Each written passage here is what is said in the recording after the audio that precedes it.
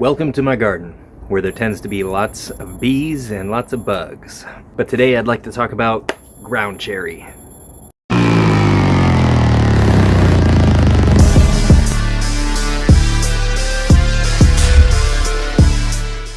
So, Physalis pruinosa. This one didn't actually come with a label, it just said GroundCherry on it. And so, I assume this is pruinosa. There are other types of Physalis. Given the markings, the leaf shape, the way that the fruit has displayed itself, I think I'll just go with the standard pruinosa. This particular GroundCherry doesn't grow native in Oregon, at least the parts of Oregon that I am in. I have not seen it in the wild.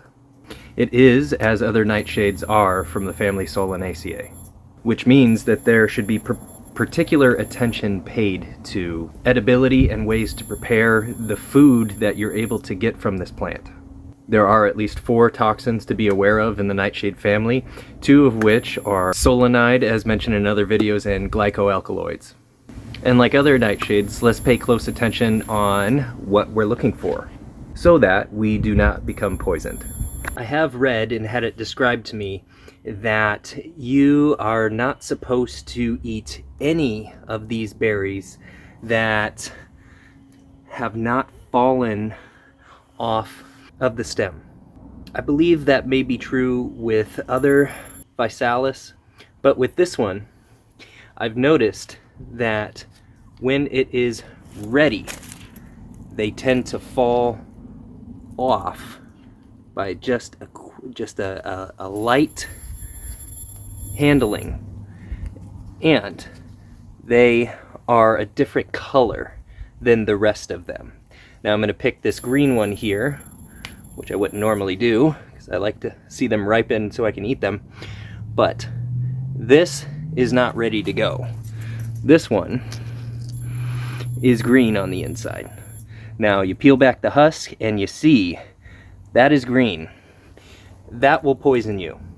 You do not want to eat that one because you are now eating toxins and chemicals that will poison you. I'm going to drop that one on the ground. They will ripen. They will ripen if you, just like a tomato. And you can either vine ripen tomatoes or you can let them sit after they've been picked and they will ripen. This one, as you saw, that I just picked off, it has a yellow husk.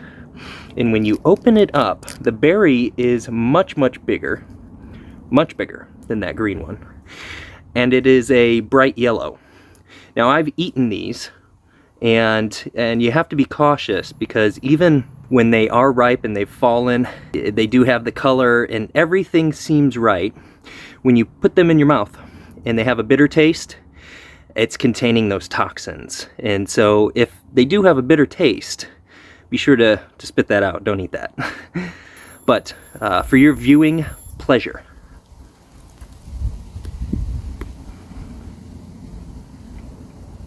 that one is not bitter. It has I've said this before, but it has a meaty taste. And it's sweet. It doesn't have a bitter taste at all.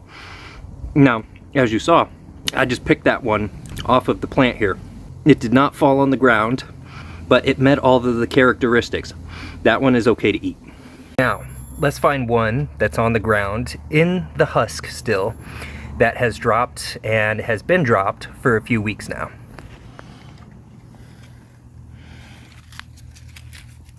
This one.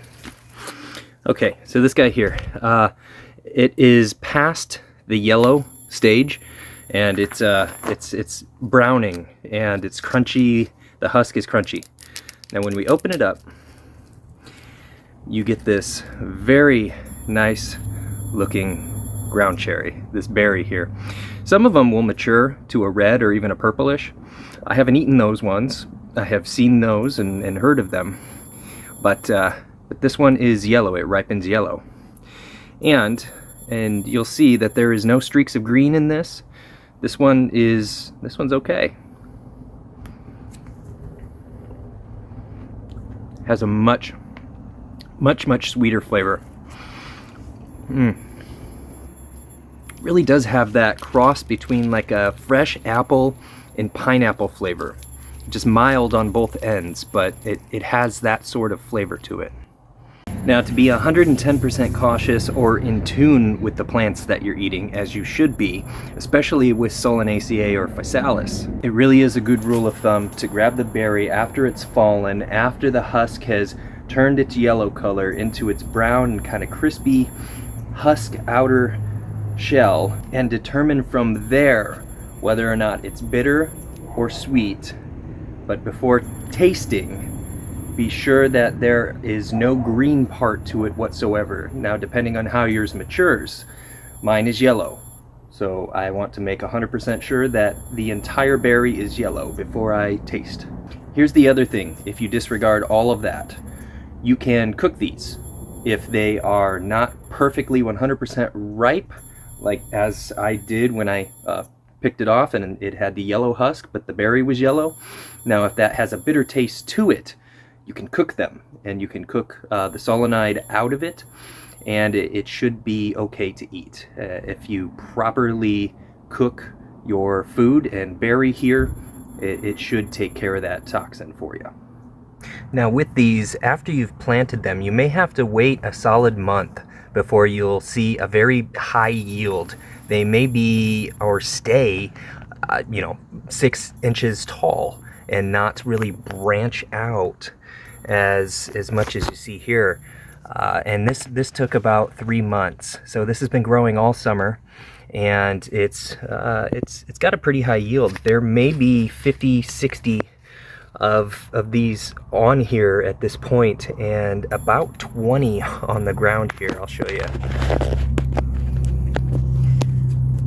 But you may have to be patient is the thing before you get a proper yield from these. Are these worth it opposed to other nightshade or tomato? I would say 100%. These are little delicious berries, and they're worth the effort. Just a final thing to say about these is that they will self-seed. If you let these drop on the ground and you don't pick them up and eat them, they will grow back next year. Depending on your climate, I have seen these grow wild in Florida. In a climate here like the Pacific Northwest, I will have to wait until after the winter in order for these to start growing back. Physalis, GroundCherry. Love these little husks. It's like a little wrapper for a delicious berry.